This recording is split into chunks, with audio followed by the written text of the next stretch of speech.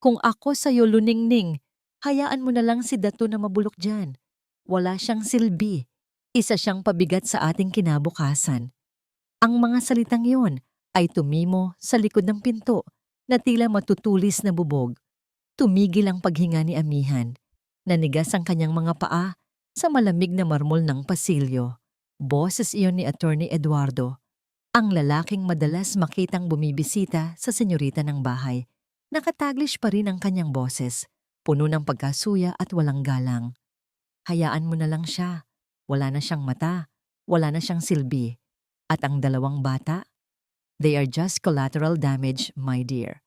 Narinig niya ang tawa ni Luningning, isang tunog na matinis at nakakakilabot, puno ng lason at kawalang hiyaan. Sa mga sandaling iyon, hawak ni Amihan ang isang makapal na kumot na bagong tahi. Kumot iyon na matagal na niyang inayos, nilagyan ng panloob na punda upang kahit papaano ay maging komportable ang katawan ni Datu na nakaratay sa kama. Ang kumot ay hindi na bago at ang mga tahi ay matitibay at matigas, tulad ng kanyang pangakong maging masipag at matapat sa trabaho. Ngunit ngayon, ang bawat tahi ay tila isang malaking pako na tumitimo sa kanyang puso. Ang kumot ay halos mahulog sa kanyang mga kamay. Naramdaman ni Amihan ang isang matinding panghihina sa kanyang mga tuhod, ngunit pinilit niyang manatiling tuwid. Hindi niya kailangang makita. Alam niya ang lahat ng kasakiman sa mga salitang iyon. Ang kanyang lalamunan ay tila pinipiga ng hindi nakikitang kamay. Ang init ng dugo ay tila umuurong, nag-iwan sa kanyang mga kamay na manlamig. Saan ba talaga ako napunta?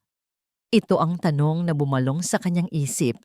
Ang kanyang pagdating sa mansyon na ito ay tila isang pagtakas mula sa isang bangungot, isang pautang sa buhay mula sa isang pamilya na minsan niyang natulungan. Utang na loob. Ito ang dahilan kung bakit hindi siya makaalis. Ito ang chain na nagpipiit sa kanya sa pagitan ng kasakiman ng mayaman at ng kanyang pangakong manatili. Napatungo si Amihan. Ang kanyang mga mata ay nakatingin sa kanyang mga kamay. Magaspang, may calluses mula sa paglalaban ng damit at pagtahi ng damit. Ilang taon na niyang ginagamit ang mga kamay na ito sa pag-aalaga, pag-aayos at paggawa ng mga bagay. Ngunit ngayon, sa pandinig ni Luningning, ang mga kamay na ito ay walang kwenta, walang silbi. Naramdaman niya ang isang pamilyar na kirot. Ang kirot na nararamdaman mo kapag ang lahat ng iyong sakripisyo ay itinapon na parang basura. Kailangan niyang magmadali bago sila lumabas. Kailangan niyang hanapin ang susi ng lumang bodega sa basement kung saan siya inutusan ni Luningning na kumuha ng isang walang kwentang kahon. Ang pagbaba sa basement ay parang pagbaba sa isang libingan.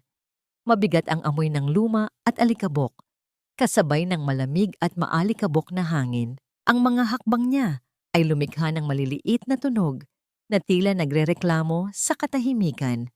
Nang dumating siya sa tapat ng makitid na pinto ng bodega, narinig niya ang isang tunog, isang mahinang tunog, tila isang kuting na umiiyak. Napahinto siya. Dahan-dahan niyang inilapit ang kanyang tainga sa pinto. Ang kanyang hininga ay pinigil. Sa loob, malinaw niyang narinig ang hikbi ng bata. Gutom na po ako. Gusto ko na umalis dito. Boses yun ni Luna, ang 8 taong gulang na anak na babae ni Datu. Bumagsak ang pinto sa sahig na parang isang malaking bato na bumagsak sa kanyang puso. Nakita ni Amihan si Luna at ang maliit na si Sol na magkasama sa isang sulok, nakayakap sa isa't isa. Ang kanilang mga mata ay malaki at takot. Ang maliit na Sol ay nanginginig at ang damit niya ay madumi. Sa tabi nila ay isang basag na plato na may mga mumu lamang ng tinapay. Ang kwarto ay basa, malamig at madilim. Sa sandaling iyon, ang lahat ng pagod, ang lahat ng sakit, ang lahat ng utang na loob ay naglaho. Pinalitan ito ng isang marahas at malakas na simbuyo ng damdamin, ang simbuyo ng isang ina Ito ay hindi isang trabaho. Ito ay hindi isang duty. Ito ay isang pagliligtas. Agad siyang lumapit sa mga bata. Ang kanyang kumot ay nahulog sa lupa. Shh! Nandito na si Ate Amihan. Nandito na ako. Ang kanyang boses ay tila nagpapagaling sa kanila. Hinila niya palabas ang isang munting supot ng tinapay at isang bote ng tubig mula sa kanyang bag, ang kanyang sariling baon. Niyakap niya ang mga bata. Naramdaman niya ang init ng kanilang maliliit na katawan. "Huwag kayong matakot, mga anak. I will protect you," sabi niya. Ngunit ang oras ay mabilis. Kailangan niyang ibalik ang kumot kay Datu. Lihim siyang umakyat muli at ipinasok niya ang mga bata sa isang maliit na kwarto sa dulo ng pasilyo, malapit sa silid ni Datu. Pagdating niya sa silid ni Datu, ang lalaki ay nakaupo sa tabi ng bintana, tahimik at hindi gumagalaw. Ang silid ay malaki, ngunit nakakabingi ang katahimikan. Inilagay ni Amihan ang kumot sa kanyang tabi at tahimik na nagsimulang maglinis. Ngunit nang siya ay yumuko, naramdaman niya ang isang bagay na mainit sa kanyang likod. Nakita niya ang isang bahagyang nasusunog na marka sa unan ni Datu mula sa tiyan na sadyang itinapon ni Luningning upang subukan kung siya ay tunay na bulag. Dahan-dahang kinuha ni Amihan ang isang maliit na bote ng pampahid mula sa kanyang bulsa. Ginagamit niya iyon upang gamutin ang mga sugat ni Luna. Pagkatapos, marahan niyang hinaplos ang likod ni Datu. Sa ilalim ng kanyang mga daliri, naramdaman niya ang matitigas na muscle at ang malalim na kirot ng nasusunog na sugat. Ang mga daliri ni Datu ay biglang kumuyom. Nararamdaman ni Amihan ang pag-iwas niya, ngunit ang kanyang mga kamay ay nanatili sa likod niya. Narinig niya ang isang bahagyang paghinga na lumabas mula sa labi ni Datu. Ang kanyang mga kamay, ang mga kamay ng isang inang natatakot, ay patuloy na nagpapahid. Ang mga daliri ni Datu ay bahagyang humahawak sa kanyang kamay, na tila hinahanap niya ang isang pamilyar na init. Maya-maya, narinig niya ang boses ni Luningning sa likuran. "Amihan! Anong ginagawa mo sa gala na yan?" Napatayo si Amihan. Ang kanyang puso ay kumalabog. Hawak niya ang bote ng pampahid. Nakangiti si Luningning, ngunit ang kanyang mga mata ay nagbabaga. Tiningnan niya ang bote at tumawa. "Are you stealing my expensive ointment? O baka pinapakita mo lang ang iyong charity work? Huwag mong kalimutan kung sino ang nagbayad sa iyo para magtrabaho rito." Kinagat ni Amihan ang kanyang labi. Hindi siya nagbigay ng kahit anong salita. Ang kanyang mga mata ay nakatingin sa lupa, sa kanyang sarili. Naramdaman niya ang isang pamilyar na sakit. Siya ay basura.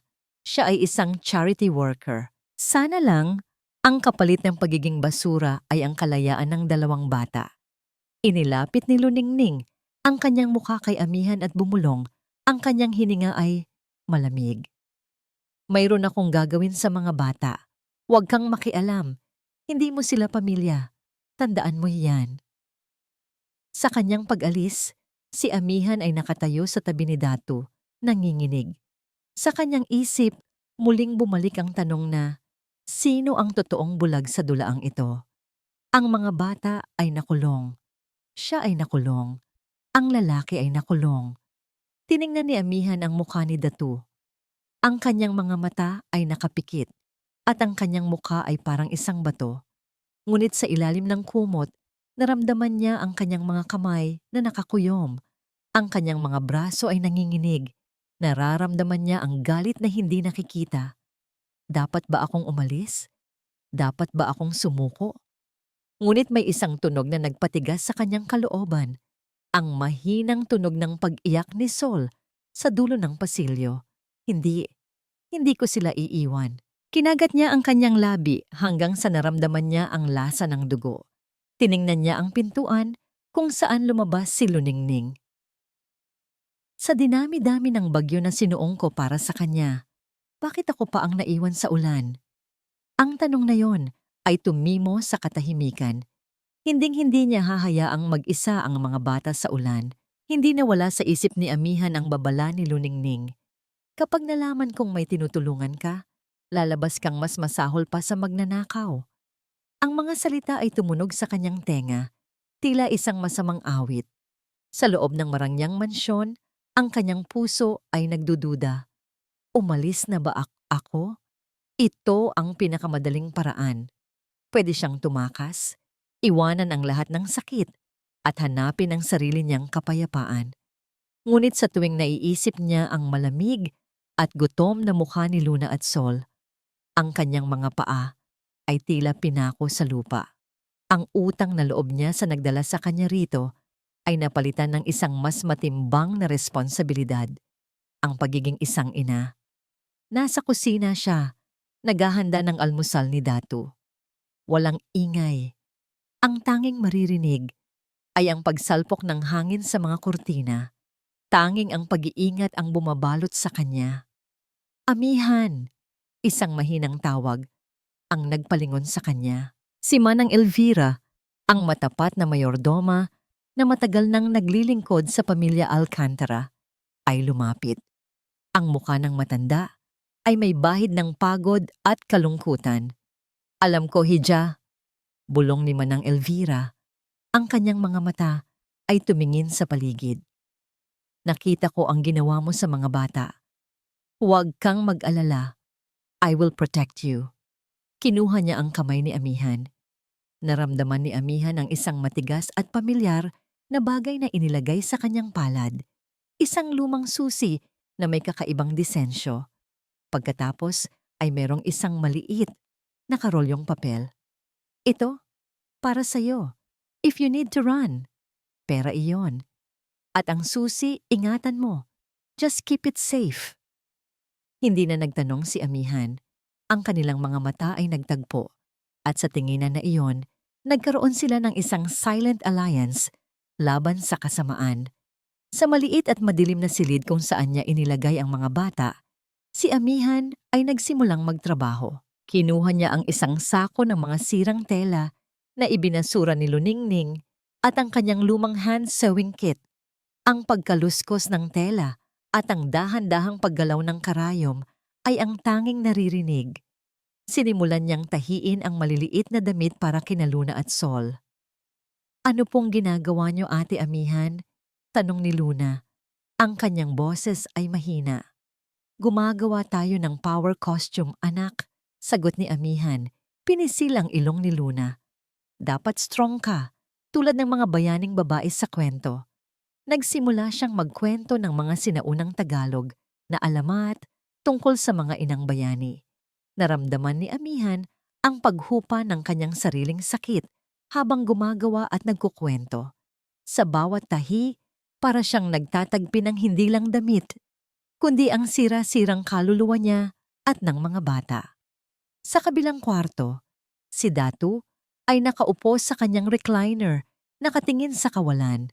Ang mga mata niya ay nakapikit, ngunit ang kanyang tainga ay bukas. Malinaw niyang naririnig ang mahinang tunog ng paggalaw ng karayom mula sa kabilang silid at ang malumanay na boses ni Amihan na nagkukwento.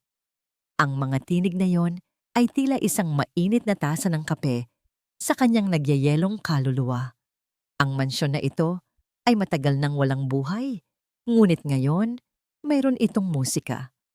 Ang kanyang puso, na matagal nang pinatigas ng pagtataksil, ay parang salamin na, unti-unting nababasag sa init ng tunay na pagmamahal.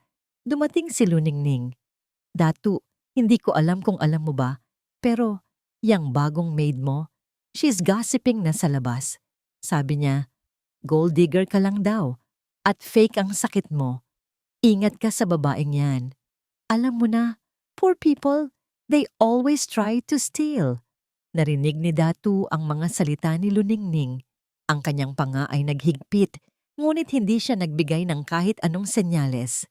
Ang kanyang internal storm ay nagngingit-ngit. Ako ang nagmasid. Alam ko ang katotohanan. Umalis si Luningning. Nag-iwan ng isang trail ng pabango at lamig. Tahimik na pumasok si Amihan upang ayusin ang mess na ginawa ni Luningning sa lamesa ni Datu. Nang malapit na siya, Dahan-dahang inilahad ni Datu ang kanyang kamay na tila naghahanap ng tubig, ngunit sa halip, ang kanyang daliri ay dumikit sa palad ni Amihan, sa calloused finger niya mula sa pagtahay. Nagulat si Amihan at nag-atubiling itago ang kanyang kamay, ngunit hindi niya iyon binitawan. Sa loob ng ilang sandali, nanatili ang kanilang mga kamay sa hangin. Naramdaman ni Amihan ang matinding init ng kanyang palad at ang tila kuryente sa pagitan nila. Hindi nagsalita si Datu. Ang kanyang kamay ay tila isang anchor na humahawak sa kamay ni Amihan. Ngunit nang narinig niya ang pag-ubo ni Sol mula sa kabilang silid, binitawan niya ang kamay ni Amihan at bumalik sa kanyang stillness. Kinagabihan, pagkatapos matulog ng lahat, si Amihan ay nagpaplansya ng damit sa isang sulok ng pasilyo, malapit sa silid ni Datu. Ang kanyang isip ay naglalakbay sa kakaibang susi na ibinigay ni Manang Elvira. Biglang may naririnig siyang tunog ng telepono mula sa silid ni Datu. Hinawakan ni Datu ang telepono at nag-ingat siya na ang kanyang boses ay hindi lalakas. Simulan na. Isang maikli, malalim, at tiyak na salita. Walang paliwanag. Napatigil si Amihan sa kanyang ginagawa. Simulan? Anong simulan? Sino ang kausap niya? Ang tanong ay bumalot sa kanya ng takot at pagtataka. Ang mabagal na paglalapag ng telepono ay nagbigay ng isang final, malungkot na tunog sa katahimikan. Ang ibig sabihin ng simulan na ay ang pagtatapos ng kapayapaan at ang pagpasok sa chaos. Nagsimula ang araw na may mabigat na ulap sa labas at mas mabigat pa sa loob ng dibdib ni Amihan. Ang tanong na sinong simulan na ay umalingaw-ngaw sa kanyang isipan mula pa kagabi. Ang kanyang pangunahing pag-aalala ay ang kaligtasan ng mga bata. Hindi ko alam kung sino ka ba talaga, Ginoong Datu. Bulong ni Amihan habang inilalagay ang isang basong tubig sa tabi ng mesa. Ang kanyang tinig ay halos hindi marinig sa malawak na silid. Pero hindi ko hahayaang may mangyaring masama sa kanila, kahit pa kailangan kong harapin ang hindi ko nakikita. Sa kabilang dulo ng bahay si Datu, na nag-iisa sa kanyang silid, ay nagtatangka sa unang yugto ng kanyang plano. Kailangan niyang ilabas ang mga importanteng dokumentos na nakatago sa kanyang study room bago pa man ito makita ni Luningning. Manang Elvira, tawag niya. Ang boses ay kalmado, ngunit mayroong kakaibang tensyon. Kailangan ko ng tulong para ilipat ang mga libro. Mag-iingat ka, baka mahulog. Naramdaman ni Manang Elvira ang pagmamadali sa boses ng binata. Mabilis niyang inasikaso ang utos. Sa likod ng mga tumpok ng aklat, nakita ni Datu ang isang maliit na kahon na naglalaman ng mga lumang litrato. Kabilang doon ay isang larawan ng kanyang yumaong ama, kasama ang isang babaeng hindi niya matandaan. Ngunit meron ding isang nakatagong larawan ng isang batang lalaki, ang kanyang nakababatang kapatid na sinasabing namatay sa kapanganakan. Sa isang sulok ng larawan, may nakasulat na para sa pag-asa. Hindi niya ito napansin noon. Napahawak siya sa dibdib. Mayroon pa palang hindi alam.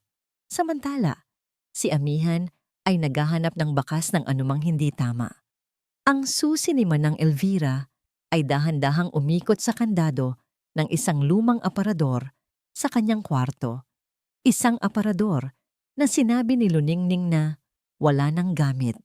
Sa loob, hindi niya nakita ang mga baril o pera, kundi isang file ng medikal. Nanginginig ang kanyang mga kamay nang buklatin niya ito. Ito ay ang medical report ni Datu. Binasa niya ang bahagi tungkol sa kanyang paningin. Ang nakasulat ay partial visual impairment due to trauma. May residual light perception. Residual light perception. Ang ibig sabihin nito, may nakikita siya. Hindi siya tuluyang bulag. Ang kanyang puso ay tumibok ng mabilis, hindi dahil sa takot, kundi dahil sa pagtataka at isang bahagyang pagkadismaya. Ang kanyang pag-aalala ay biglang napalitan ng isang matinding pagdududa. Bakit siya nagpapanggap? Anong sikreto ang itinatago niya? Ang pagdududa na ito ay nagdulot ng sakit sa kanyang sariling nakaraan. Tila isang alaala na matagal nang nakalibing ay biglang sumilip sa kanyang isipan. Ang araw na namatay ang kanyang anak, ang kanyang asawa na dati niyang pinagkatiwalaan ay tila hindi man lang nag-alala nang siya ay magdusa. Ang pangakong ibinigay niya sa sarili na hindi na siya muling magtitiwala ng lubusan ay muling bumangon. Bumalik si Amihan sa living area at nakita niya si Luningning na nakikipag-usap sa abogado, si Eduardo. Siguraduhin mong maayos ang lahat bago ang anniversary party, utos ni Luningning. Kailangan kong mapirmahan yan ni Datu. Kapag wala na ang mga mata niya, wala na ring isip. Wala ka nang dapat ipag-alala, Luningning, sagot ni Eduardo.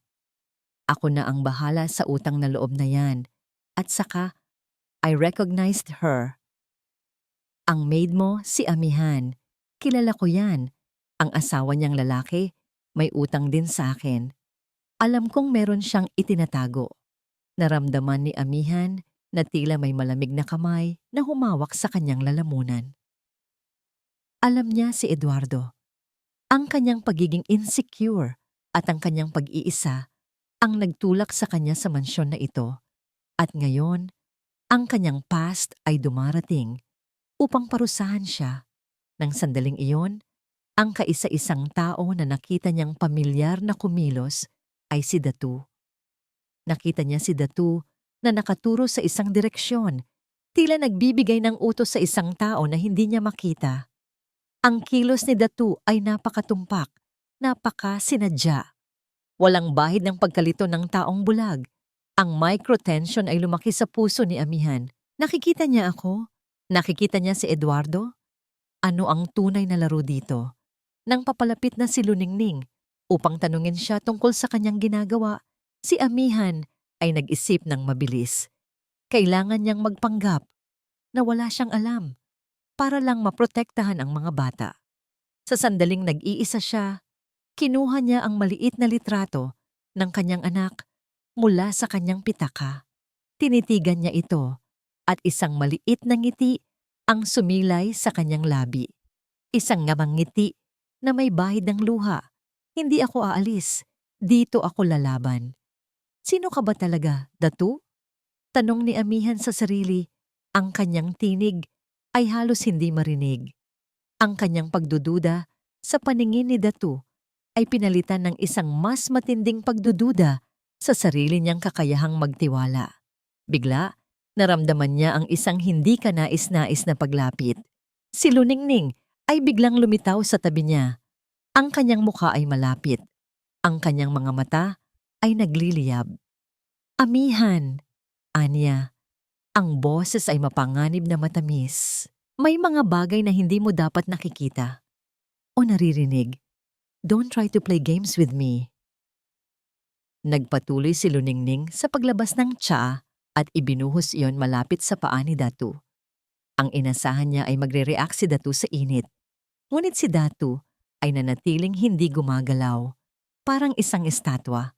Ngunit pagkaalis ni Luningning, naramdaman ni Amihan ang isang banayad na paggalaw sa kamay ni Datu. Isang mabilis na paghila sa kanya, papalayo sa daanan ng tsaa. Ang kilos na yon ay sapat na. Hindi ito pagkakataon. Ito ay isang babala. Nakatingin si Amihan sa mga kamay ni Datu na ngayon ay nakahawak sa kanyang braso. Bakit mo ako inilayo? Ang tanong na ito ay sumasayaw sa kanyang isipan. Ngunit bago pa man siya makapagtanong, narinig niya ang boses ni Datu na tila nag-uutos sa isang tao sa malayo, kahit na ang kanyang mga mata ay nakapikit. Huwag kang mag-alala. Hindi siya ang may gawa. May tiwala ako sa kanya. Pabulong na sabi ni Datu, tila nakikipag-usap sa isang hindi nakikitang tao. Si Amihan ay tuliro. Tiwala? Kanino? At sino ang kinakausap niya? Ang kanyang hinala tungkol sa paningin ni Datu ay lalong lumalalim, ngunit ang kanyang nararamdaman para sa mga bata ay mas matindi. Ang salita ni Datu, may tiwala ako sa kanya, ay nagpabigat sa pakiramdam ni Amihan. Tiwala? Saan? Sa kanya na hindi niya makita ang katotohanan o sa kanya na tinitingnan siya ng kanyang asawa sa likod ng mga nakasarang pinto? Ang pagdududa ay nagsisimulang maging isang berdeng salagubang sa kanyang puso. Mamamihan, kain na po kayo. Tawag ni Luna mula sa pintuan ng kwartong pansamantala niyang ginawang sewing corner. Mabilis na ipinilit ni Amihan ng ngumiti. Sige Luna, hintayin niyo ako sa baba May kukunin lang ako. Pag-alis ni Luningning at Eduardo, umakyat si Amihan sa kanyang maliit na kwarto. Kinuha niya ang lumang litrato ng kanyang anak. Ang bata ay kasing edad na ni Sol noong huli niyang nakita. Ang alaala ng aksidente, ang paghingi ng tulong na hindi niya nakuha, ang malamig na hangin na humalik sa katawan ng kanyang anak, ay parang sariwang sugat na biglang binuksan muli.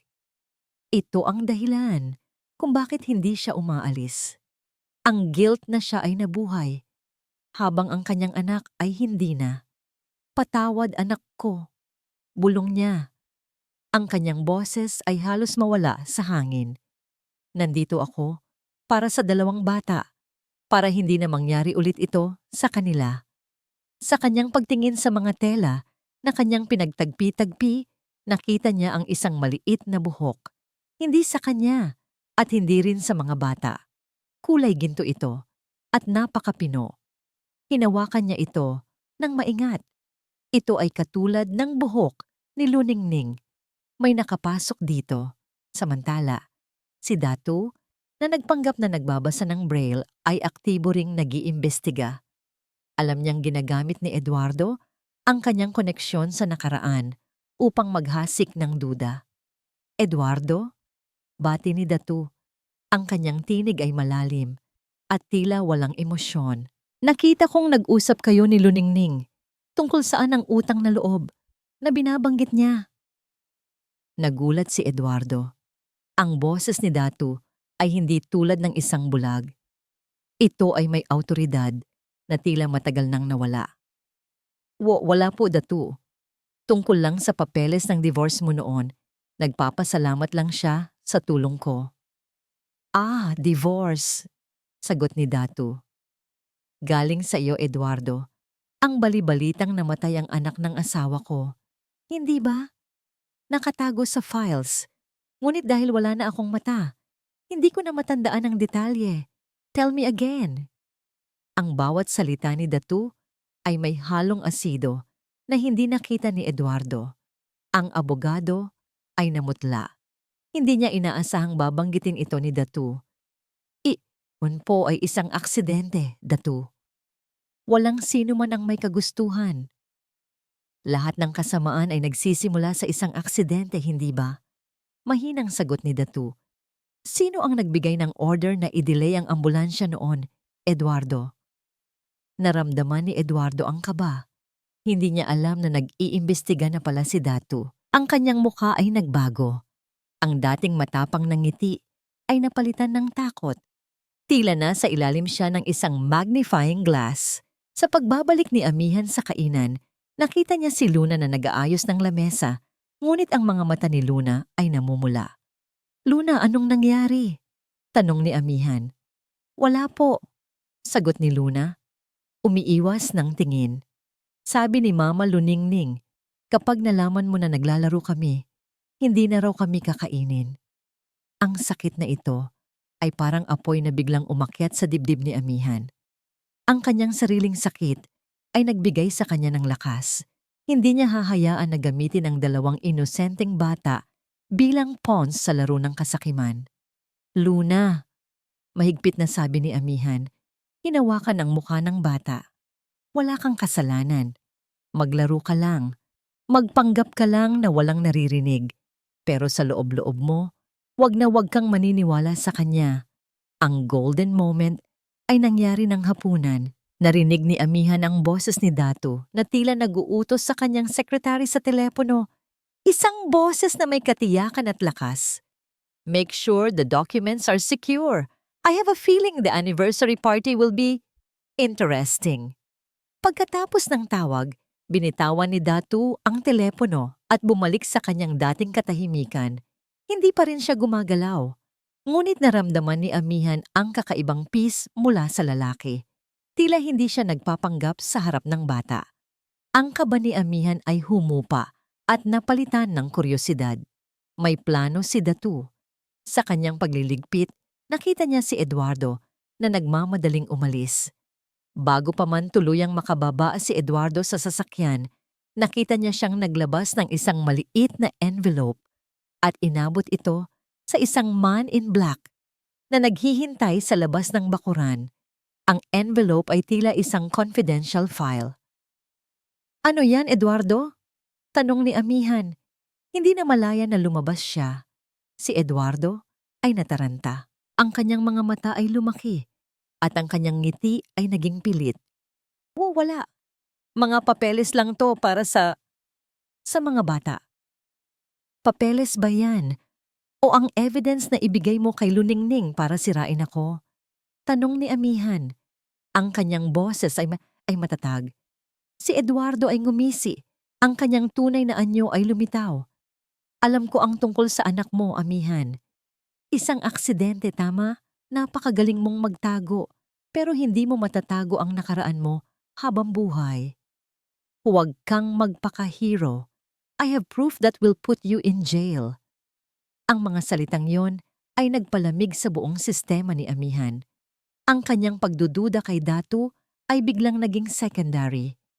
Ang kanyang sariling kaligtasan at ang mga bata ay nasa panganib. Naramdaman niya ang pagtaas ng kanyang presyon. Ang lahat ng kanyang paghihirap ay nagkakahalaga lamang ng isang blackmail. "Ikaw ang magsisisi," bulong ni Amihan. Ang kanyang tinig ay nagbago mula sa takot patungo sa isang tahimik na galit.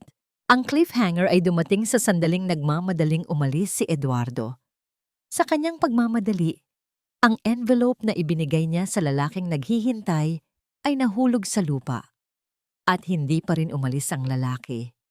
Sa halip, inilabas niya ang isang maliit na device at nag-scan sa envelope. Si Amihan ay nakatago sa likod ng isang malaking halaman, nanginginig. Ngunit ang mas nakakagulat ay ang lalaking iyon. Ang man in black ay hindi mukha ng isang henchman. Siya ay may suot na formal suit at ang kanyang tindig ay tila isang professional. Pagkatapos ng pag-scan, sumenyas ang lalaki kay Eduardo at pagkatapos ay lihim na umalis. Si Amihan ay naglakad palapit. Kinuha niya ang envelope na nahulog. Ito ay walang laman. Ngunit ang lalaki na nag-scan ay hindi umalis. Nandoon pa rin siya, nagmamasid sa mansyon. Nabalik lamang ang diwa ni Amihan nang marinig niya ang tinig ng estranghero na tila nagsasalita sa kanyang likuran. "Kumusta, Amihan? Akala ko, patay ka na." Ang estranghero ay nakatayo sa likuran ni Amihan. Hindi siya gumalaw, hindi siya lumapit, ngunit ang presensya niya ay tila isang malaking pader na humarang sa kanyang pagtakas. Naramdaman ni Amihan ang lamig ng hangin na dumapos sa kanyang batok. "Sino ka?" Mahina ngunit may determinasyon ang tanong ni Amihan. Hindi siya lumingon. Ang kanyang puso ay tila tumitigil sa bawat sandali ng katahimikan. Ang lalaki ay nagpakilala. Ang boses ay profesional at walang bahid ng emosyon. "Ako si Ben, ang security consultant ni Datu. At we have been waiting for this moment." Nagulat si Amihan. Ang kanyang buong atensyon ay muling ibinalik kay Datu. Kaya pala, ang mga utos sa telepono, ang perpektong paggalaw, hindi siya bulag. Dahan-dahang lumingon si Amihan. Ang lalaki ay may suot na suit at may professional demeanor. Hindi ito ang uri ng taong nakikita mo sa isang nagaharing mansyon. "Bakit hindi siya nagsabi?" tanong ni Amihan. Ang kanyang tinig ay may bahid ng pagkabigo. "Bakit ako kailangang magduda sa kanya habang pinoprotektahan ko ang mga bata? Para sa proteksyon mo, Amihan, hindi pa ligtas ang lahat. Hindi pa kami sigurado kung sino ang tunay na kalaban. At bago ka namin lapitan, kailangan naming makita ang katapatan mo sa mga bata." sabi ni Ben, at bigla niyang binuksan ang kanyang briefcase. Sa loob ay isang laptop na nagpapakita ng live feed mula sa iba't ibang bahagi ng mansyon. Ang mukha ni Amihan ay napuno ng pagkabigla. Nakita niya ang kanyang sarili kanina nang inilalabas niya ang tinapay para sa mga bata. Nakita rin niya si Datu, nakaupo pa rin, ngunit ang kanyang mga mata ay bahagyang nakadilat, nakatutok sa direksyon ng bodega. Ang mga bata, tanong ni Amihan. Ligtas sila. Sinisigurado namin ang lahat. Biglang nagbago ang feed sa laptop. Nakita ni Amihan si Luningning at si Eduardo na nag-uusap sa dining area. Handa na ang diwa. Kailangan na lang natin siyang ipirma. Walang makakapigil sa atin sa anniversary party, sabi ni Luningning. Ang kanyang tinig ay puno ng pagkamayabang. Ang mga bata, itatapon natin sa orphanage pagkatapos ng kontrata. Ang golden moment ni Amihan ay hindi sa pagkakita sa pagmamahal, kundi sa pagkakita sa pure evil. Ang kanyang luha ay hindi na dahil sa sakit, kundi dahil sa matinding galit para sa mga inosenteng bata. Sa susunod na meeting nila, ipapakita natin ang evidence, sabi ni Ben. Si Datu ay naghihintay ng tamang sandali. Sa sandaling iyon, ang suspense ay sumapit sa kasagsagan nito. Si Datu ay naghihintay. Si Amihan ay may proof of loyalty na. Ngunit bago pa man makapagtanong si Amihan tungkol sa kanyang nakita sa aparador, ang medical report, nagbago ang feed muli. Ang kamera sa silid ni Datu ay nakatutok sa lamesa kung saan nakalagay ang mga papeles. Nakita ni Amihan si Luningning na dahan-dahang pumasok, dala ang isang document folder at isang matalim na letter opener. Ito na ang oras. Bulong ni Luningning sa sarili. Wala na ang lahat ng pagdududa. Aalis na ako sa gulo. Naramdaman ni Amihan ang lamig sa kanyang buong katawan. Ben, kailangan nating pigilan siya. Huwag. Kailangan nating hintayin ang utos ni Datu. He's watching too. Ngunit ang paningin ni Amihan ay hindi na nakatuon sa screen. Ang kanyang puso ay hindi na nag-aalala sa plano, kundi sa personal na banta. Si Luningning ay too close kay Datu. Biglang bumalik sa isip ni Amihan ang kanyang nakitang itim na buhok sa silid niya at ang kanyang medical file. Tila may malaking koneksyon ng lahat. Ben, I need to go there now. Ang boses ni Amihan ay hindi na pakiusap. Ito ay isang utos. Amihan, wait for the signal. Ngunit huli na. Ang emotional escalator ay umakyat na. Sa isang iglap, tumakbo si Amihan palabas ng silid. Pagdating niya sa may pintuan ng kwarto ni Datu, narinig niya ang tinig ni Luningning na nagtatangkang manghimok kay Datu. Datu, just sign this, mahal ko. Para sa kinabukasan nating dalawa. Si Amihan ay pumasok. Ang kanyang katawan ay nanginginig sa takot at galit. Nakita niya si Luningning na nakahawak sa kamay ni Datu at ang gleam ng letter opener sa mesa. Ialis mo ang kamay mo sa kanya, sigaw ni Amihan. Ang kanyang tinig ay matinis. Si Luningning ay nagulat, ngunit mabilis na nakabawi. Nagtakip siya ng kanyang bibig. Amihan, anong ginagawa mo rito? Look at you! You're trespassing! Ialis mo ang kamay mo sa kanya. Ulit ni Amihan, lumapit. Hindi ko alam kung ano ang plano mo, pero I quit. Huwag mo siyang hawakan. Huwag mong guluhin ang peace niya. Ang tanging bagay na nakita ni Luningning ay ang pagmamahal at pag-aalala sa mukha ni Amihan. Isang pag-aalala na hindi dapat umiral para sa isang alalay. You are fired, Amihan. Ngayon din. Aalis ka na rito, ngayon din. Huwag na huwag kang babalik dito. Isang matinding pagtatapon ng galit ang lumabas kay Luningning. Kinuha niya ang isang maleta na inihanda na niya at inihagis ito sa paanan ni Amihan. Umalis ka na. Ngayon din. At huwag na huwag kang babalik dito. Ang maleta ay nakapatong sa paanan ni Amihan, isang mabigat na simbolo ng kanyang pagkatalo. Ang mga salita ni Luningning ay tila asido na nagpapaso sa kanyang balat. Umalis ka na. Ngayon din, huwag na huwag kang babalik dito. Tumalikod si Amihan. Ang bawat hakbang niya palabas ng pinto ay tila may humihila sa kanyang damit, sa kanyang puso. Kailangan niyang maging malakas para kay Luna at Sol.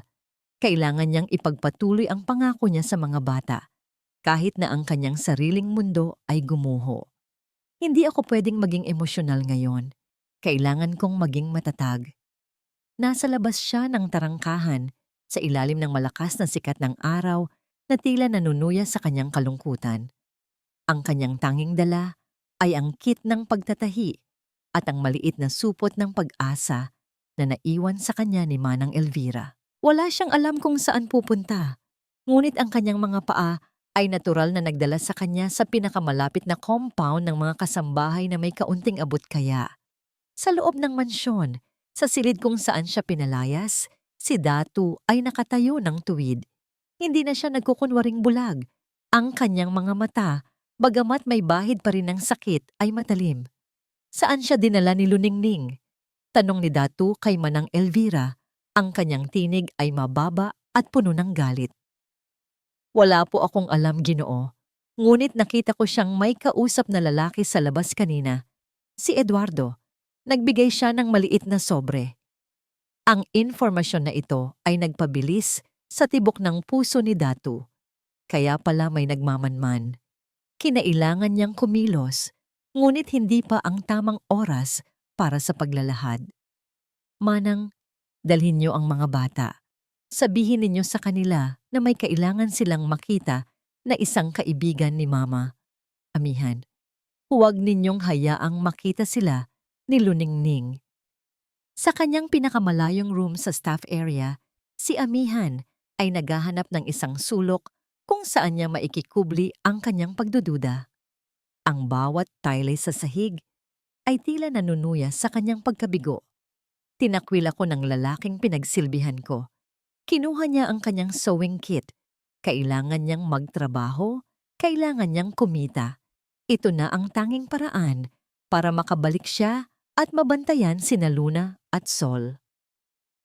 Sa isang maliit na lamesa, sinimulan niyang gupitin ang tela. Ang kanyang isip ay nag-iisip ng mga disenyong hindi niya pa nasusubukan. Habang abala siya, naramdaman niya ang isang matinding pangungulila. Ang absence ng mga bata ay mas masakit pa kaysa sa paglayas. Naisip niya ang mga pangako niya kay Luna, ang paglilinis ng kanyang sugat, ang pagkanta ng uyayi. Ang damdaming ito ay nagdulot sa kanya ng sakit na hindi niya mailarawan. Sa isang iglap, ang kanyang self-control ay naglaho. Hindi niya na matiis ang distance mula sa mga bata. Hindi siya nag-isip, kumilos siya. Kailangan niyang makita sila. Kahit isang sandali lang. Nabalik lamang ang diwa ni Amihan nang makita niya ang kanyang sarili na tumatakbo pabalik patungo sa mansyon. Ang kanyang bag na puno ng tela ay nakasabit sa kanyang balikat. Ang suspense ay nagtulak sa kanyang mga paa. Nang makarating siya sa pasukan ng service area, nakita niya ang isang kakaibang eksena. Si Luningning ay nakatayo sa gitna. Ang kanyang mukha ay puno ng triumphant smirk. Siya ay may hawak na maliit na panyo. Amihan, ang babalik-balik mo. Dapat alam mo na, you are nothing here. Tiningnan ni Luningning ang kanyang kamay at nagtapon ng isang bagay sa lupa. Ang maliit na doll na gawa sa tela na ginawa niya para kay Sol. At pagkatapos, ang nakita niya ang hindi niya inaasahan. Si Datu ay nakatayo sa tabi ni Luningning. Ang kanyang paningin ay tila normal, ngunit hindi nakatingin sa kanya. Siya ay nakatingin kay Luningning na may pagkasuklam. Luningning! Ang tinig ni Datu ay may still na hindi kailanman narinig ni Amihan. Huwag mong gamitin ang mga bata para sa laro mo. It's over. Bago pa man makapagsalita si Amihan, nagpatuloy si Datu. Ang kanyang tingin ay nagsasalita, kahit hindi nakatitig kay Amihan. Amihan, umalis ka na. I want you to go. Hindi ko na kailangan ang tulong mo. Hinding-hindi mo na kailangang bumalik dito. Ang mga salita ay parang pagsaksak. Hindi dahil sa pagtataksil, kundi dahil sa pag-alis ng pag-asa. Ang kanyang pagbalik, ang kanyang desperasyon na makita sina Luna at Sol ay nagresulta sa pagtanggi mula sa lalaking tanging inaasahan niyang makakaintindi sa kanya. Naramdaman ni Amihan ang pagbagsak ng lahat ng kanyang lakas. Ang kanyang mga luha ay hindi na makontrol. Ang kanyang tinig ay halos hindi na lumabas. Sige po, Gino. I understand. Ang pagsuko ay kumalat sa kanyang buong pagkatao. Hindi ko na po sila babalikan. I promise. Lumingon siya. Ang kanyang balikat ay bagsak at naglakad papalayo. Ngunit nang makalayo siya ng ilang metro, narinig niya ang tinig ni Luningning na ngayon ay may malawak na ngiti na tila nagtagumpay. Good riddance! Sa wakas, malinis na ang bahay ko. Hindi na lumingon si Amihan, ngunit ang pangako niya kay Luna at Sol na babalik siya ay nawala sa hangin. Ang kanyang puso ay naramdaman na parang ito ay iniwan sa isang malamig na silid, tulad ng mga bata na iniwan niya sa loob. Ang kalungkutan ay napakalalim, napakalawak. Lumakad si Amihan, tila isang manika na hinugutan ng sinulid. Ang bawat hakbang ay isang paglaban sa pagnanais na sumigaw at bumalik. Ang kanyang mga luha ay tahimik na bumabagsak sa semento, hindi na niya naipahid. Ang pangako niya kay Luna at Sol ay sumisikip sa kanyang dibdib. Hindi niya ito pwedeng sirain, ngunit ang utos ni Datu ay parang isang pader na hindi niya kayang lampasan. Sa loob ng mansyon, ang kapaligiran ay nagbago. Si Luningning ay nakikita ang kanyang tagumpay. Sa wakas, umalis na ang magnanakaw na yon. Ngayon, Datu, let's talk about the papers. Si Datu ay nakatayo na ngayon ng tuwid. Ang kanyang paningin ay tila lumalaban sa liwanag. Ang kanyang mukha ay walang emosyon, ngunit ang kanyang mga kamay na nakaakoyom sa gilid ay nagkukwento ng matinding poot. Luningning! Ang boses ni Datu ay matigas. Ang Tagalog ay purong-puro at hindi Taglish. Huwag mo akong subukan. Natawa si Luningning, isang tunog na sobrang lakas at walang kagalakan. Subukan? Datu, wala ka nang magagawa. Ako na ang may hawak ng lahat. At bukas sa party, pipirma ka na. Sa oras na yon, dumating si Ben, ang security consultant, kasama si Manang Elvira. Ang mukha ni Manang ay puno ng pag-aalala, ngunit merong isang spark ng pag-asa. Ginoo, mahinang sabi ni Manang Elvira, handa na po ang lahat. The main screen is ready. Ang mga salitang ito ay tila isang signal para kay Datu. Ang kanyang mga mata, na matagal nang nagtago sa dilim, ay bahagyang dumilat, hindi pa lubusang nakakakita, ngunit sapat na upang makita ang anino ni Luningning. Luningning, sabi ni Datu, dahan-dahang lumalakad patungo sa display area. Ang kanyang kilos ay hindi na ng isang taong nangangailangan ng tungkod. Ang bawat hakbang ay may intensyon. Bago ako pumirma, gusto kong panoorin mo ang huling video presentation para sa anniversary. Dali-daling inihanda ni Ben ang projector. Ang buong ballroom ay tahimik. Hinihintay ang grand reveal. Nagsimula ang slideshow, mga larawan ng resort, mga pag-unlad, mga pangarap. Ngunit biglang nagbago ang imahe. Ang unang larawan ay hindi ang resort. Ito ay ang mukha ni Luningning at Eduardo na naghahalikan sa pribadong balcony. Ang mga larawan na kinuha mula sa mga lihim na kamera na itinanim ni Datu matagal na bago pa man ang aksidente. Ano ito? Sigaw ni Luningning. Ang kanyang pagkamayabang ay nagsisimulang maglaho. Iyan ang testimony ng iyong pagtataksil, Luningning, mariing sabi ni Datu. Ngunit hindi pa yun ang pinakamatindi. Ang sumunod na clip ay nagdala ng shock na nagpalamig sa dugo ng lahat. Nakita ang silid sa basement. Nakita si Luna at Sol na umiyak. At sa tabi nila, si Luningning na nagwawala. Naghagis ng pagkain at sinisigawan ang mga bata. Hindi yan totoo. Framed. Sigaw ni Luningning ngunit ang kanyang boses ay nanginginig na. Ang huling footage ay ang pinakamasakit para kay Amihan, na muling pumasok ng palihim sa ballroom sa utos ni Ben. Nakita niya ang sarili niya, ang sandali kung saan nilapitan niya si Datu at maingat na pinupunasan ang kanyang sugat. Ang intimate care na yon ay ipinakita sa harap ng lahat.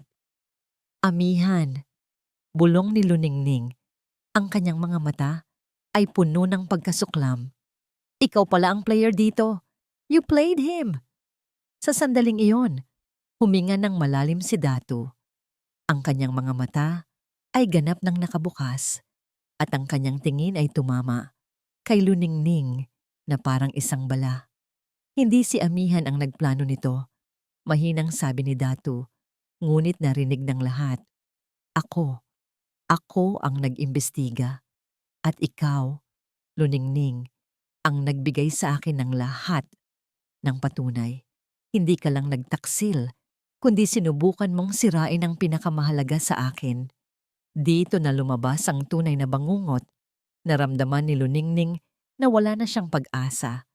Sa kanyang desperasyon, hinablot niya ang letter opener at tumakbo patungo kay Amihan. Ang kanyang mukha ay punong-puno ng pure malice. Isa kang magnanakaw at ikaw ang kukuha ng lahat ng sakit.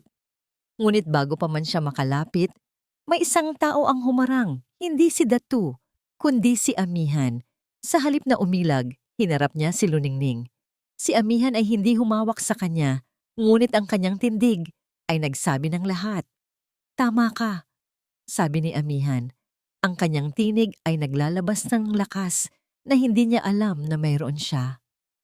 Hindi ako magnanakaw, pero hindi ko rin hahayaang sirain mo ang anumang bagay na may halaga pa sa akin. Ang hiya mo ang magpapabagsak sa'yo. Sa sandaling iyon, ang mga pulis na lihim na ipinatawag ni Ben ay pumasok. Ang huli niyang nakita ay ang paghila kay Luningning. Ang kanyang mga sigaw ay natabunan ng tunog ng mga handcuffs na isinasara. Nakatayo si Datu na ngayon ay ganap na nakakakita at ang kanyang tingin ay hindi na sa kalaban kundi kay Amihan. Sa gitna ng kaguluhan, lumapit si Datu kay Amihan. Hindi siya nag-alok ng singsing. Lumuhod siya. Hindi bilang isang milyonaryo, kundi bilang isang ama na natagpuan muli ang kanyang nawawalang bahagi. Patawarin mo ako. Niyakap mo ang aking pamilya sa dilim. Ngayon, yakapin mo kami sa liwanag. Ang kanyang kamay ay hinawakan ng kamay ni Amihan at ang kanyang titig ay puno ng pag-asa at pasasalamat. Sa wakas, tumakbo si Luna at Sol mula sa kanilang taguan. Tumakbo sila, hindi kay Datu, kundi kay Amihan. Yumakap sila sa kanyang binti. Ang kanilang mga luha ay tumutulo sa tela ng kanyang damit. Inay, ikaw ang aming inay, bulong ni Luna. Sa sandaling iyon, ang lahat ng sakit, pagdududa at paghihintay ay naglaho. Tumulo ang luha ni Amihan, ngunit ngayon, ito ay luha ng kasiyahan. Tumingin siya kay Datu at sa wakas, pinayagan niya ang kanyang sarili na makita hindi ang isang billionaire, kundi ang lalaking nagbigay sa kanya ng pagkakataong maging isang ina muli. Nang matapos ang lahat ng kaguluhan, ang katahimikan sa mansyon ay hindi na nakakabingi, kundi nakapapawing pagod. Ang mga pulis ay nag-iwan ng paalala at ang mga tao ay nag-iingat. Si Datu at Amihan ay nasa opisina, kasama sina Luna at Sol na mahimbing na natutulog sa malambot na sofa. Amihan, nagsimula si Datu. Ang kanyang tinig ay may bigat ng responsibilidad, ngunit may lambing na hindi naroon noon. Patawarin mo ako para sa lahat ng pagdududa, para sa pagpilit sa iyo na umalis kanina. Huminga ng malalim si Amihan. Ang sakit ng pagtataboy ay nananatili. Ngunit ang pagkakita sa pagmamahal ni Datu sa mga bata ay nagbigay sa kanya ng pananaw. Walang kailangan ipatawad, Datu. Ang kailangan lang natin ay maging tapat sa isa't isa. At higit sa lahat, I need to be honest with myself. Alam kong hindi ka nagbalik para maging asawa ko. Patuloy ni Datu. Hindi ko yan hihingin. Hindi ko yan ipipilit. Ngunit, may utang ako sa'yo. Hindi lang dahil sa pag-aalaga mo sa mga bata, kundi dahil binigyan mo sila ng init na hindi ko naibigay. Ikaw ang nagbigay ng inay sa kanila bago ko pa man maibigay ang pangalan. Inilahad ni Datu ang isang solong susi, hindi ang susi ng bodega, kundi isang mas bago at mas malaking susi. Ito ang susi sa isang separate apartment sa Maynila, malapit sa University District.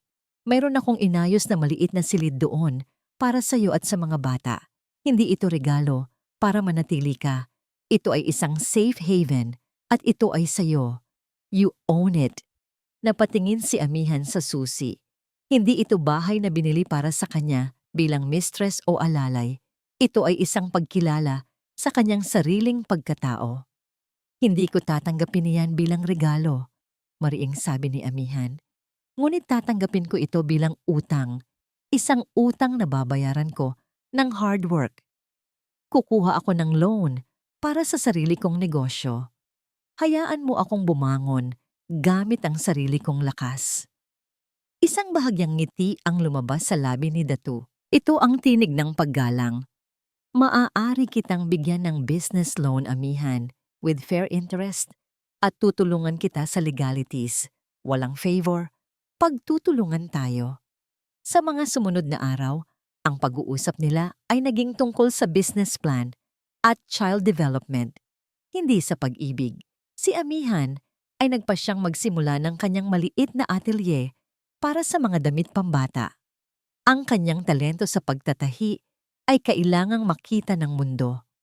Isang gabi, habang nag-e-ensayo si Amihan ng mga bagong pattern para sa client niyang si Manang Elvira, napansin ni Datu ang kanyang pagsisikap. Si Datu ay tahimik na nagmasid sa kanyang pagtatrabaho, hindi na nagpapanggap. Amihan, tawag ni Datu. Matapos niyang isara ang pinto ng opisina, lumapit siya sa likod ni Amihan at sa pagkakataong ito, walang takot ang nadama ni Amihan. Ang kanyang paghinga ay naging mas mabagal habang papalapit si Datu. Dahan-dahan, inabot ni Datu ang kamay ni Amihan na humahawak sa sewing machine. Ang kanyang mga daliri ay mahaba at malinis na ngayon. Inilagay niya ang kanyang palad sa ibabaw ng kamay ni Amihan at ang init ay nagbigay ng kapayapaan. Hindi sila naghawakan ng mahigpit. Isa itong light touch na puno ng pag-unawa. Hindi ko na kailangan ng piti mo, Datu, sabi ni Amihan. Ang kanyang tinig ay kalmado. Hindi ito piti, sagot ni Datu. Ang kanyang mga mata ay tumitig sa kanyang kamay, hindi sa mukha niya. Ito ay respect. At I admire your strength.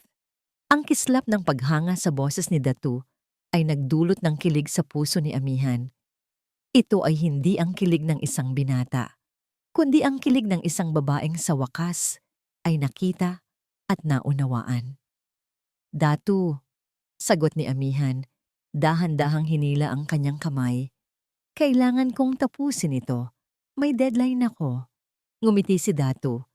Isang ngingiti na walang bahid ng pag-aari. Sige, I'll wait. Sa oras na yon, nagising si Luna.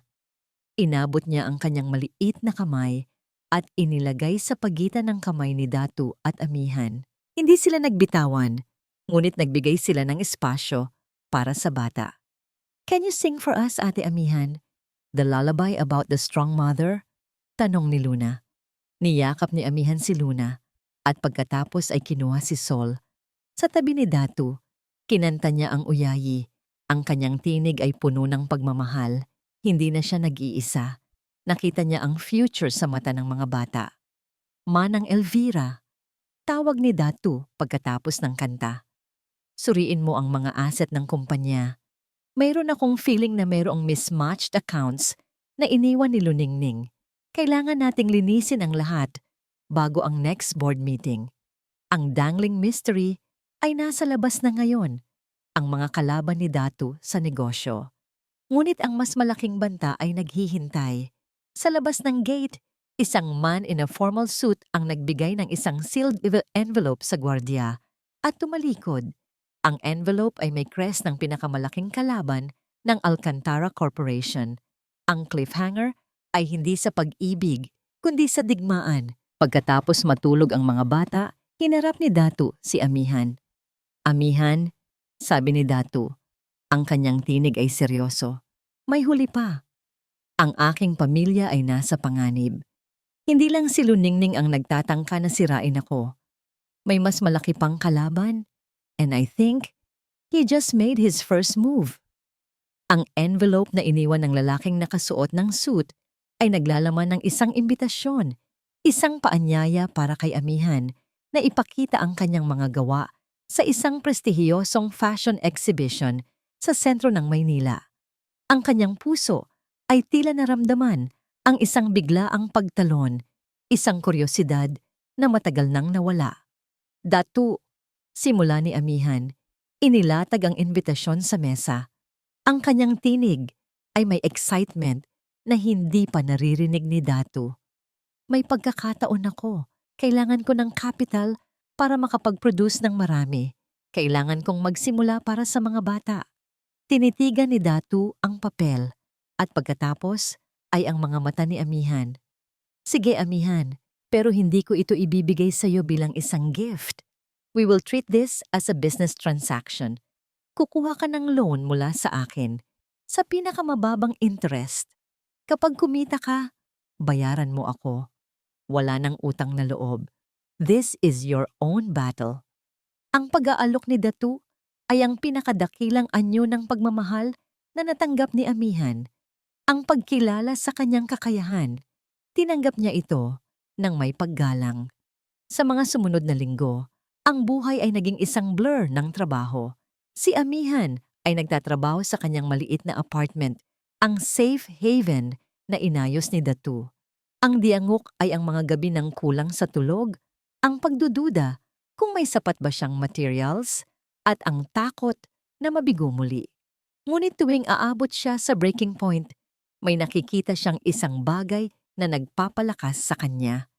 Isang umaga, nang buksan niya ang kanyang storage cabinet, nakita niya ang mga high-end fabrics at imported threads na tila miraculously naroon. Walang sulat, walang note. Alam niya na si Datu iyon. Ang kanyang patronage ay tago, tulad ng isang anino na nagbabantay. Ito ang pinakamagandang porma ng kilig, ang pag-aalaga na hindi naghihingi ng kapalit. Ang araw ng exhibition ay dumating. Si Amihan ay nakasuot ng simpleng barong-inspired dress na gawa niya mismo. Ang kanyang collection ay may temang pagbangon mula sa luha.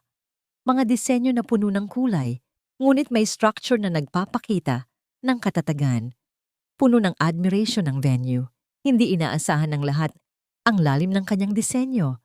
Nang magsimula ang fashion show, nakita ni Amihan si Datu sa isang sulok kasama sina Luna at Sol. Si Datu ay hindi na nagkukunwari. Ang kanyang mga mata ay nakatutok kay Amihan at ang kanyang ekspresyon ay pure pride.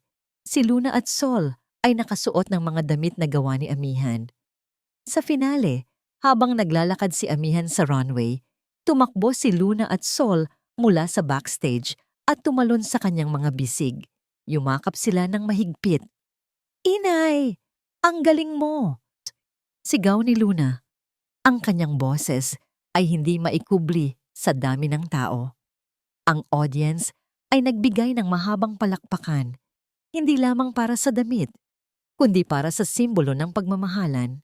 Nang bumalik si Amihan sa backstage, nakita niya si Datu na nag-aabang. Bago pa man siya makapagsalita, isang babae ang lumapit sa kanya, si Luningning. Ito ay matapos siyang makalaya sa bail dahil sa pag-apela ng rival ni Datu. Ang kanyang buhok ay gusot at ang kanyang mukha ay tila basag na salamin. "Hindi pa tapos, Amihan!" hiyaw ni Luningning. Ang kanyang tinig ay halos hindi marinig sa ingay ng pagdiriwang. "Akala mo ba, madali lang akong tatalunin ng isang nobody na tulad mo? Ang pag-aari ni Datu ay para sa akin." Ngunit bago pa man makatugon si Amihan, si Luningning ay nahinto. Isang babae, ang business rival ni Datu na tinutukoy sa mga memo, ang lumapit. Luningning, sabi ng babae, ang boses ay malamig at may authority. Hindi mo matatakasan ang conspiracy na sinimulan mo. Ang mga financial records ay nakuha na namin. Ang huling dangling mystery ay nabunyag. Ang koneksyon ni Luningning sa rival ni Datu. Ang rival na ito ang nagbigay ng funding para sa pagpapalabas ng evidence ni Datu. Si Luningning ay naggalit. Ang kanyang mga mata ay naghahanap ng anumang paraan para makatakas. Ngunit nang makita niya si Datu na lumalapit kasama ang kanyang legal team, alam niyang tapos na siya. Habang papalapit si Datu, isang sealed letter ang ipinasa sa kamay ni Amihan ng isang staff member na lihim na kaalyado ni Datu. Ang sulat ay may crest ng isang malaking holding company. Ang huling linyang nabasa ni Amihan bago siya lapitan ni Datu ay, "Beware of betrayal from within your trusted circle." Nang makalapit si Datu, hinawakan niya ang kamay ni Amihan at pinisil ito. Hindi ito isang romantic gesture, kundi isang pangako ng proteksyon. "Amihan," sabi ni Datu, ang kanyang tinig ay halos isang bulong sa gitna ng ingay. "Congratulations! Ikaw ay successful. Ngunit may bago tayong laban. The real enemy is coming." Matapos ang kaguluhan sa exhibition, si Amihan ay nahatak pabalik sa mansyon ng Alcantara, hindi na bilang alalay, kundi bilang kasosyo ni Datu sa paglutas ng krisis. Ang sealed letter ay naglalaman ng mga financial records na nag-uugnay sa rival ni Datu, si Mr. De Leon, kay Luningning. Si De Leon ang nag-utos na pasabugin ang bangka, mariing sabi ni Datu. Ang kanyang boses ay puno ng matinding galit at ginamit niya si Luningning dahil sa kanyang debt sa kanya. Lahat ng sakit na dinanas mo at ng aking mga anak ay dahil sa kanyang corporate greed. Ang puot na naramdaman ni Amihan ay halos hindi na niya mapigilan. Ang kanyang isip ay puno ng imahe ng mga bata sa malamig na bodega. Ang pagdududa niya kay Datu ay tuluyang naglaho, napalitan ng isang matibay na kumbensyon na sila ay nasa iisang panig. "Kailangan nating umaksyon, Datu. Nandyan pa rin si Luningning. Hindi siya susuko ng ganoon kadali." "Alam ko," sagot ni Datu, hinawakan ang kamay ni Amihan ng matatag. "Kaya nga kailangan kong maging matatag sa harap niya. I played blind for too long. Ngayon, ang lahat ng aking nakita ay gagamitin ko laban sa kanila." Nang sumunod na araw, si Luningning ay muling pinalaya sa bail sa kabila ng mga ebidensya. Ang kanyang kilos ay walang pagbabago, tila isang tao na hindi natuto. Nag-iisa siyang naglalakad sa main hall ng mansyon na ngayon ay puno ng mga gwardiya at detectives. "Datu, walang ebidensya. I'm walking free at ipinapahinga ko na ang sarili ko sa mga kasinungalingan mo." Sigaw ni Luningning. Ang kanyang boses ay tumatagos sa mga pader. "Hindi ka pa malaya, Luningning." Kalmadong sagot ni Datu, nakatayo sa itaas ng hagdan. "Ikaw ay nasa ilalim ng close monitoring at ikaw ang aking pinakamamahal na fiancé. Kailangan mong harapin ang corporate espionage na ginawa mo sa aking kumpanya." Nang sandaling iyon, pumasok si Amihan. Suot ang isang power suit na simple ngunit may dignity. Sa likod niya ay si Manang Elvira at ang legal team ni Datu. "Luningning," tawag ni Amihan. Ang kanyang boses ay hindi na ang tinig ng isang alalay, kundi ng isang taong may sariling tagumpay. "Hindi ko kailangan ang pag-aari mo para maging someone. Ang design na ipinakita ko ay akin. Ang future ko ay akin. Ang karangalan ko ay hindi mo kayang bilhin o sirain. Ikaw pwe, sino ka para magsalita sa akin? Ikaw na humahawak sa damit ng mga bata." Nanlait si Luningning. Ngunit ang sumunod na pangyayari ay ang climax ng pagharap. Si Luningning ay biglang tumakbo patungo kay Amihan, hindi upang manakit, kundi upang maghagis ng isang folder sa mukha ni Amihan. Huwag kang magpakamartir. Alam ko kung sino ang tunay mong minahal. Ang ex-husband mo. Siya ang nagdala sa'yo sa bangungot. Hindi ako. He is the one who hurt you.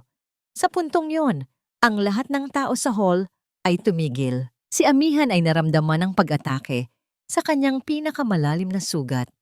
Ang sakit ng pagkawala ng kanyang anak ay bumalik. Mas matindi kaysa dati. Tama ka, sabi ni Amihan. Hinawakan ng folder na hindi niya binuksan. Ang kanyang mga mata ay puno ng luha, ngunit ang kanyang tindig ay kasing tigas ng bato. Siya ang nagdala sa akin sa bangungot. Pero hindi siya ikaw. Ang kasamaan mo ang nagtulak sa akin na maging buhay muli para sa mga anak ni Datu.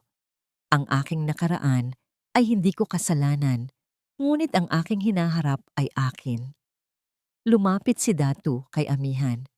Hindi siya nagsalita, ngunit dahan-dahan, inabot niya ang kamay ni Amihan at inilagay ang kanyang kamay sa ibabaw ng folder. Ang kilos na ito ay nagpapahiwatig ng pagtitiwala at proteksyon. Luningning, sabi ni Datu. Ang iyong pagtatangka na siraan ang reputasyon ni Amihan ay part of the charges. Ang iyong pag-amin sa koneksyon mo kay De Leon ay sapat na. Ngunit ang iyong paggamit sa past pain niya para manakit, iyan ang pinakamasamang kasalanan mo. Dito na pumasok ang mga pulis na kasama ni Ben. Si Luningning ay tuluyang bumagsak sa lupa. Ang kanyang mukha ay puno ng pagkadurog. Sa gitna ng pagdakip, naramdaman ni Amihan ang isang mainit na hangin sa kanyang balikat. Si Datu ay humawak sa kanya, hindi bilang isang amo, kundi bilang isang katuwang. Ang kanyang mga mata ay puno ng sincerity. Maari ka nang magpahinga, Amihan. We won. Nang umalis na ang lahat at ang katahimikan ay bumalik, hinanap ni Amihan ang mga bata. Nakita niya sila sa tabi ni Manang Elvira, natutulog sa kanilang bagong, malinis na kwarto. Niyakap niya ang kanilang mga ulo. Ang kanyang tagumpay ay hindi ang kanyang negosyo, kundi ang kaligtasan nila. Lumapit si Datu sa kanila. Amihan, Nimhan, bulong niya. Pagkatapos ng lahat ng ito, I think I'm falling in love with the woman who fought for my children. Hindi bilang asawa, kundi bilang partner sa buhay. Niyakap ni Amihan ang mga bata at tiningnan si Datu. Ang kanyang puso ay puno ng relief at isang bagong pag-asa. Ngunit ang pain ng kanyang nakaraan ay tila hindi pa lubusang nawawala. Datu, sagot ni Amihan. Ang kanyang tinig ay mahina, ngunit matatag. Hindi ko nahahayaang gamitin ako ng sinuman. Hindi ako babalik sa pagiging shadow ng nakaraan ko. Hindi ako magiging wife mo hanggat hindi ko nababayaran ang utang ko sa sarili ko. I need to heal first. Nakatitig si Datu kay Amihan. Ang kanyang mga mata ay puno ng pag-unawa. Hihintayin kita, kahit gaano katagal, basta't alam kong ikaw ang babalik sa akin. Sa sandaling iyon, naramdaman ni Amihan ang kanyang sarili na sumandal ng bahagya sa balikat ni Datu. Isang unconscious move ng paghahanap ng suporta matapos ang digmaan. Si Datu ay hindi gumalaw. Hinayaan lang ang kanyang sarili na maging sandigan. Ang cliffhanger ay hindi tungkol sa banta, kundi sa pag-amin. Datu, sabi ni Amihan, ang kanyang mukha ay nakasandal sa kanyang balikat. Alam kong mahal mo ang mga bata, but do you still love the woman who's afraid to love you back? Ang tanong ni Amihan, do you still love the woman who's afraid to love you back? Ay lumutang sa pagitan nila, isang delicate thread na humahawak sa kanilang kinabukasan. Huminga ng malalim si Datu. Ang kanyang mga mata, na ngayon ay ganap ng nakakakita, ay puno ng isang emosyon na mas matindi pa sa anumang nakita ni Amihan sa kanya noon. Amihan, sagot niya, ang kanyang tinig ay halos hindi na mapaghiwalay sa pagitan ng sorrow at hope. Hindi ko hihilingin na kalimutan mo ang nakaraan mo. I respect that pain. Hindi ako nagbalik para maging kapalit ng nawala sa'yo. Ako ay nandito para maging kasama mo sa pag-aalaga kina Luna at Sol. Ang pagmamahal ko sa'yo ay hindi dahil sa piti, kundi dahil sa katatagan na ipinakita mo nang wala akong nagawa. Ang kanyang pagkilala sa kanyang strength ay ang susi na nagbukas sa puso ni Amihan. Hindi niya kailangan ng isang tagapagligtas. Kailangan niya ng isang partner. Hindi ko hihilingin na maging asawa ko kaagad, Amihan. Ang kailangan ko ay ang pamilya nating tatlo at kailangan mo ring magpagaling. Tumingin si Datu sa mga bata na natutulog. Ang trauma mo ay real at karapatan mong pagalingin iyon nang hindi nag-aalala sa amin. Ang business loan ay para sa your future, hindi para sa commitment sa akin. Naramdaman ni Amihan ang isang daluyong ng kaluwagan. Ang chain of obligation ay natanggal. Siya ay malaya. Datu, salamat. Bulong niya. Kailangan kong harapin ang nakaraan ko. Kailangan kong maging whole para sa kanila, para sa sarili ko. Sa mga sumunod na araw, sinimulan ni Amihan ang kanyang journey of self-healing. Ginawa niya ito ng may conscious effort na maging independyente. Si Datu ay nanatiling isang supporter, isang professional consultant sa negosyo, at isang responsible father figure sa mga bata. Ang kanilang interaksyon ay puno ng respect at delicate boundaries. Ang unang hakbang ni Amihan ay ang pagbisita sa dating bahay ng kanyang dating asawa, ang lalaking naging sanhi ng pagkamatay ng kanilang anak. Hindi ito paghahanap ng hustisya, kundi paghahanap ng closure. Nang makita niya ang dating asawa, wala na ang galit, tanging awa na lamang. Ang lalaki ay mas payat, mas guwapo, ngunit ang kanyang mga mata ay walang buhay, tulad ng mga mata ni Datu noon. Bakit ka nandito, Amihan? Tanong ng lalaki, ang tinig ay tila wala ng lakas. Napatawad na kita. Tapat na, sabi ni Amihan. Hindi ito isang lie para sa narrative. Ito ay isang declaration para sa kanyang sarili. Hindi kita mapaparusahan sa ginawa ng tadhana. Ngunit hindi ko na rin hahayaang sirain ng alaala mo ang buhay na binuo ko para sa mga anak ni Datu. I forgive you, and I forgive myself for staying too long. Ito ang sandali ng kanyang pagpapalaya. Nang bumalik si Amihan sa mansyon, may kakaibang glow sa kanyang mukha. Hindi na siya ang fragile woman na dumating. Siya ay isang babae na nagbayad ng kanyang utang sa sarili. Gabi na nang matapos si Datu sa kanyang mga meeting tungkol sa paglilinis ng kumpanya. Nakita niya si Amihan sa garden, nakatingin sa mga bituin. Lumapit siya, hindi nagsasalita, at tumayo sa tabi niya. Ang hangin ay malamig, ngunit ang presensya nila ay mainit. Amihan, bulong ni Datu. Humarap si Amihan.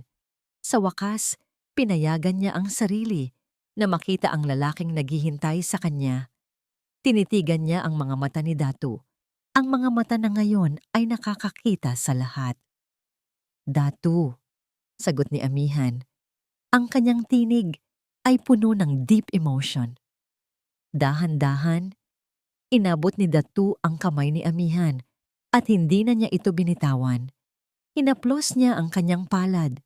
Isang napakabagal na kilos. Hindi sila nagmadali. Ang bawat millisecond ay tila hinahayaan silang maramdaman ang kanilang mga sarili.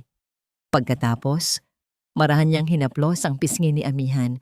Ang kanyang hinlalaki ay humaplos sa gilid ng labi niya. Ang kanilang mga mata ay nag-usap. Isang silent conversation na puno ng lahat ng pain, survival, at hope. Ang hangin sa kanilang paligid ay tila lumamig at lumambot. Niyakap ni Datu si Amihan. Ang kanyang mga bisig ay matatag at protektado. Si Amihan ay nagpahinga sa kanyang dibdib. Naramdaman niya ang steady rhythm ng puso ni Datu. Isang tibok na nangangako ng peace. Magpakasal tayo, Amihan, bulong ni Datu. Pero hindi para maging asawa lang. Para maging pamilya, sa iyong sariling terms. Naramdaman ni Amihan ang pagdampi ng kanyang labi sa kanyang sentido. Isang matamis, maingat na halik, isang blessing at hindi isang pag-aari. Ang kanyang puso ay nagsaya, isang vibration ng purong kilig na matatagal nang nawala. Sa kanilang pagyakap, naramdaman nila ang presensya ni na Luna at Sol na naglalakad sa kanilang tabi. Ang dalawang bata ay may dalang maliit na bagay. Si Luna ay nagbigay ng isang maliit na bagay kay Datu. Isang miniature ring na gawa sa mga beads na matagal na nilang ginagawa. Para po ito sa inyo, ni Inay Amihan, sabi ni Luna. Ang cliffhanger ay hindi pag-aalinlangan, kundi ang culmination ng lahat ng paghihirap. Tiningnan ni Datu ang singsing na gawa sa beads. Pagkatapos ay tumingin kay Amihan. Ang kanyang mga mata ay naglalaman ng infinity ng pagmamahal. Amihan, will you marry me? Para maging official ang pamilyang ito. Ang tanong ni Datu ay nakabitin sa hangin, ngunit ang kasagutan ay nakalarawan na sa mga ngiti ni na Luna at Sol. Ang singsing na gawa sa mga beads ay hindi isang simbol ng pagpapakasal, kundi isang pangako sa kanilang bagong buhay na magkakasama. Oo, Datu, sagot ni Amihan. Ang kanyang tinig ay malinaw at matatag, na tila hindi na siya ang babaeng takot na takot dati. Tatanggapin ko ang loan, tatanggapin ko ang iyong support, pero ang pagpapakasal natin ay magaganap kapag handa na kaming lahat. When I am fully healed, and when I can stand beside you as an equal. Iyon na yon, Amihan, tugon ni Datu. Hindi kita kailanman nakita na mas pantay kaysa sa sandaling ito. Ang kasunod na mga linggo ay hindi tungkol sa wedding bells, kundi sa hard work. Sa tulong ni Manang Elvira at ng legal team ni Datu, sinimulan ni Amihan ang kanyang business registration, Amihan's Bloom Atelier. Ang diangok na kanyang nalampasan ay naging inspirasyon. Ang mga damit na ginawa niya ay may kaluluwa. Ginawa niya ang mga damit pang araw-araw para kina Luna at Sol. Bawat tahi ay puno ng pagmamahal na ipinagkait sa kanila. Ang kanyang unang maliit na order mula sa isang butik ay nagdulot sa kanya ng unbelievable joy. Hindi ito ang yaman ng Alcantara, ngunit ito ay kanyang tagumpay. Nang matapos ang financial audit ng kumpanya, napatunayan na ang mga mismatched accounts ni Luningning ay nagdulot ng malaking pinsala. Ngunit dahil sa mabilis na pagkilos ni Datu, hindi ito naging fatal. Isang hapon, sa bagong studio ni Amihan, isang maliit na espasyo na ginawa sa isang detached guest house sa likod ng mansyon, nagtatrabaho siya sa isang custom order. Ang hangin ay may amoy ng pinakuluang sabon at lavender. Ang sensory contrast sa amoy ng bodega. Si Datu ay pumasok, hindi nag-iingay, nagdala ng isang tray ng sariwang pandesal at mainit na tsaa, ang mga simpleng bagay na gusto ni Amihan. Datu, sabi ni Amihan, huminto sa pagtahi. Hindi mo na kailangan gawin ito. Kailangan ko, sagot ni Datu, inilapag ang tray. Natututo ako. Natutunan kong hindi lahat ng bagay ay kailangang ipaglaban gamit ang pera o power. Minsan, kailangan lang ng mainit na tinapay at company. Ang golden moment ay nangyari nang makita niya si Datu na tahimik na naglilinis ng mga fabric scraps sa sahig. Ang kanyang mga kamay na dati para sa negosyo ay ngayon ay nag-aalaga sa waste ng atelier ni Amihan. Inay! Inay Amihan! Tawag ni Luna. Tumatakbo papasok. Sa kamay niya ay isang papel. Tingnan mo! Ang ganda ng drawing ko! Ito ay isang drawing ng 4 na tao, si Datu, si Amihan, Luna at Sol. Nakatayo sa tabi ng dagat. Si Amihan ay nakasuot ng isang eleganteng damit at si Datu ay nakatayo sa tabi niya, hindi nakahawak, ngunit magkatabi. Ang ganda, Luna, sabi ni Amihan. Ang luha ay muling pumitik sa kanyang mga mata, ngunit ngayon ay maligaya. Sa silid ng mga bata, tahimik na sinisigurado ni Datu na nakahiga na sila. Paglabas niya, nakita niya si Amihan na nakasandal sa pintuan Ang kanyang ekspresyon ay kalmado at may resolute. Amihan, tapos na ang lahat ng legal issues na ipasok na sa kulungan si Luningning. At si De Leon, he is facing trial. Ang kumpanya ay ligtas na. Tumango si Amihan. Mabuti iyan. At ang loan mo, dagdag ni Datu. Nabayaran mo na ang unang installment ahead of schedule. Isang malaking ngiti ang sumilay sa labi ni Amihan. Ito ang ultimate satisfaction, ang pagpapatunay sa sarili. Datu, sabi ni Amihan, lumapit sa kanya. Ang kanilang distansya ay minimal na ngayon, ngunit hindi pa rin sila nagdidikit. Hindi ko pa rin masasabi na handa na ako sa kasal. Kailangan ko pa ng panahon para masanay sa ideya na I deserve this happiness. Ngunit hindi nagalit si Datu. Hinawakan niya ang kamay ni Amihan at inilagay sa kanyang dibdib sa eksaktong lugar kung saan naroon ang kanyang puso. Hihintayin kita. Mag-aantay ako. Kahit abutin pa tayo ng 10 taon, ang importante, nandito ka. At we are building this life together. Walang pressure, walang obligation. Ang cliffhanger ay hindi isang banta, kundi isang choice. Amihan, sabi ni Datu. Ang kanyang titig ay tapat. Ang anniversary ng kumpanya sa susunod na buwan. Gusto ko na sa oras na yon. Matapos mo ang major collection mo, you tell me kung handa ka na. Take your time. Pero huwag mong hayaang ang takot mo ang magdikta ng oras. Ito ay sayo. 1 taon ang lumipas. Ang araw ay maliwanag sa El Nido. Ngunit ang liwanag na yon ay hindi kasing kinang ng kapayapaan sa loob ng puso ni Amihan. Wala nang bakas ng takot o pagdududa sa kanyang mga mata. Si Luningning at Eduardo ay nasa likod na ng mga rehas. Ang kanilang mga kaso ay naging public scandal at ang kanilang kasakiman ay nagbunga ng kahiyahiyang pagkakakulong. Ang mga financial scandal na iniwan nila ay tuluyang nalinis ni Datu sa tulong ng kanyang mga trusted team at ang integrity ni Manang Elvira.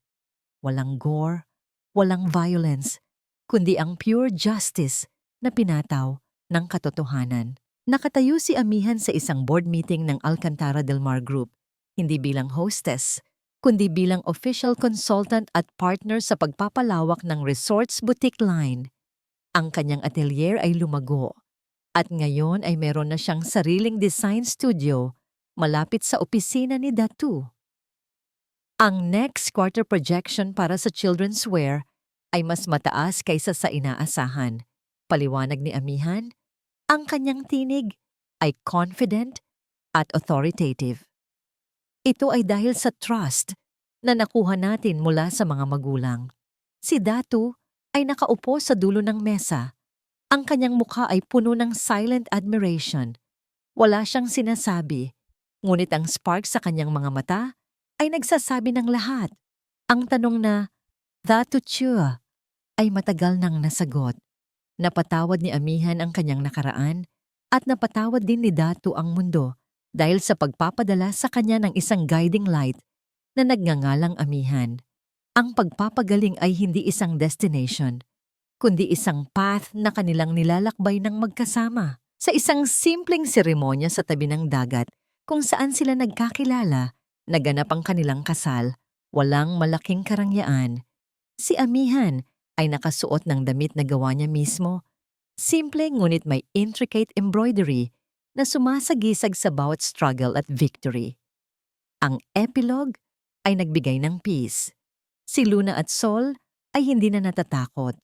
Lumaki sila sa pagmamahal, hindi sa takot.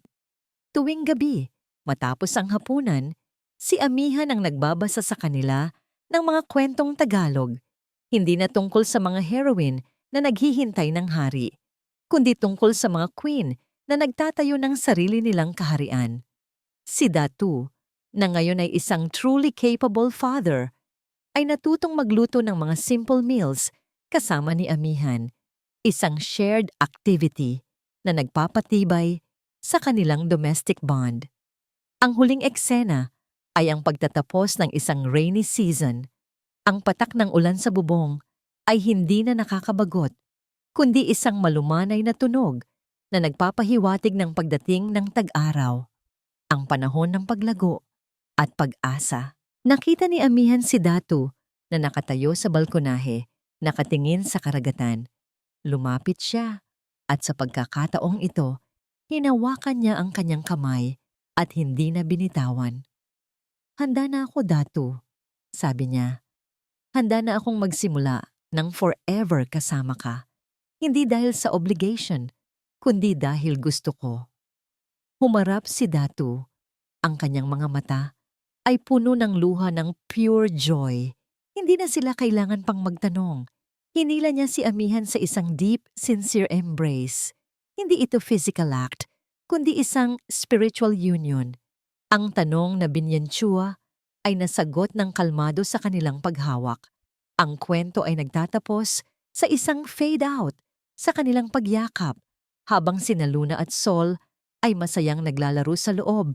Sa wakas ay ligtas at nagmamahalan.